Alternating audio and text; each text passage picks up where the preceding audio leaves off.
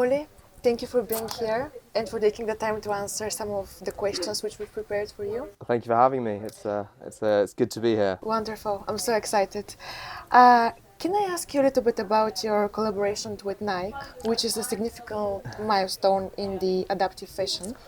Can you share the inspiration behind this collection and how it addressed the needs of athletes with disabilities? Yeah, it's a really interesting one. It was a total random project that came about that I just kind of applied to do it on a whim, thinking this is never going to come through.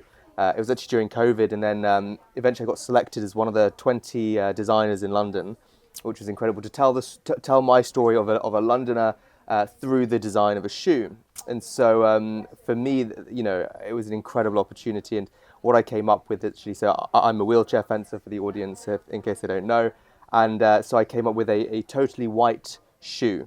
And it had, the white was to represent the kind of pristine nature of society and how they try to make everything perfect. And then through that was the blue tick, and I made the Nike tick very blue, it was a moniker for the disability blue badge, which was sort of interrupting that pristine perfection. The white was also representative of fencing whites.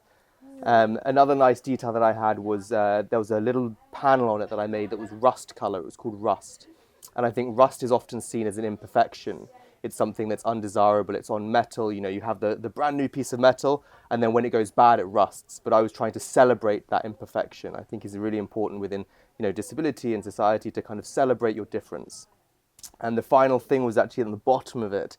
It had a gum sole, so it was all white except for the bottom, which was like a sort of rubber gum athletic sole. And the idea behind this was that you would only see that when you move. So Wow. it was to be seen, to make a change, to be athletic through movement, to be seen through movement was the idea. That sounds fantastic, and I can tell the secret messages behind the design and the whole idea actually coming up with every color and every material. I think that's very important, and you addressed imperfections. I think this is what we're very focusing on nowadays, because who likes perfect? If we think about it, nobody is, and we need to strive to embrace being the way we are, because we struggle on a daily basis in different type of shapes and forms. Yeah. So thank you for your answer.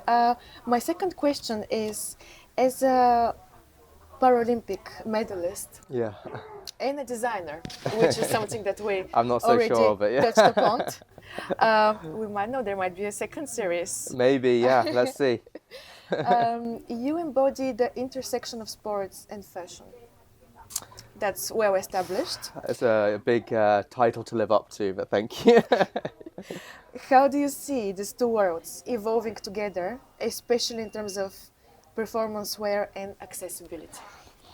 It's really interesting because I think that that disability, fashion, sports, that they intertwine quite well. I think also, so for example, I do fencing, and the fencing kit, the fencing whites, the mask, the gloves, they are iconic for fencing. You see the fencing whites, you instantly know what that is. You see the sword in the hand, but that every single thing on that outfit, that uniform, it's designed for a purpose. So the zip is on the left-hand side, so when I'm fencing with my sword, it doesn't catch on the zip. So all the seams, they're facing the opposite way, so the sword does not catch on them either. There's a double collar to stop any swords going into my neck. The mask is the way it is. It's slightly angled. It's to deflect the blade. And so every single thing within this, even like, for example, all the breeches and the jacket, they overlap in case to give you a double layer protection. All of these things, they are practical. They're necessary. But actually, the interesting thing about it is that it creates something beautiful. And I think similar with the shoe that I designed for Nike, I think beauty is not just something that you can create, design, fashion, just something random. The most beautiful, brilliant, interesting designs, they have a story to them. Yeah. They have a story, they have a purpose, they have a function, and it's form and function working together. And I think similarly with fashion and disability, when a piece of clothing, when a design is designed around a body that's different, is designed to be functional for someone with a disability, that piece of fashion then becomes useful as well as beautiful.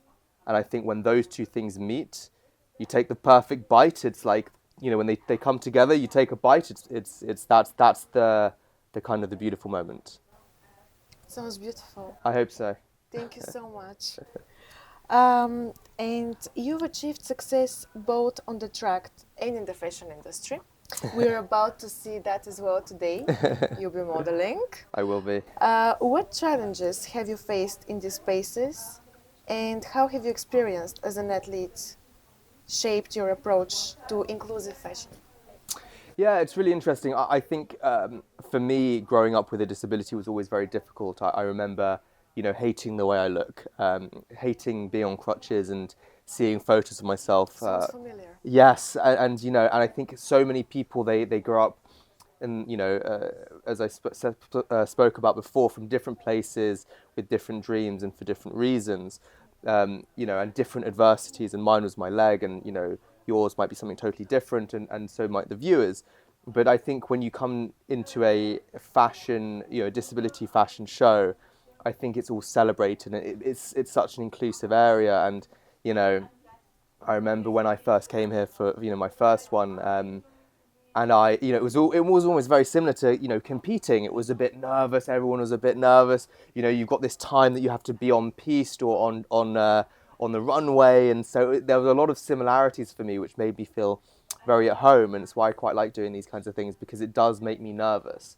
And I think, you know, as someone I've done a Paralympic final, I've competed at the highest level.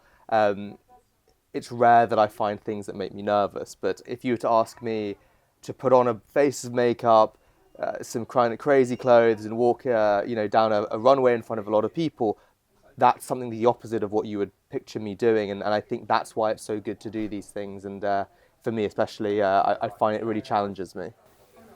Yeah, I definitely agree with you. I think the more you are out of your comfort zone, the more actually you strive for success and to just be out there and take new opportunities. So Yeah. I think that's so important nowadays, and we need to embrace that and celebrate. Hopefully later today. Hopefully later today.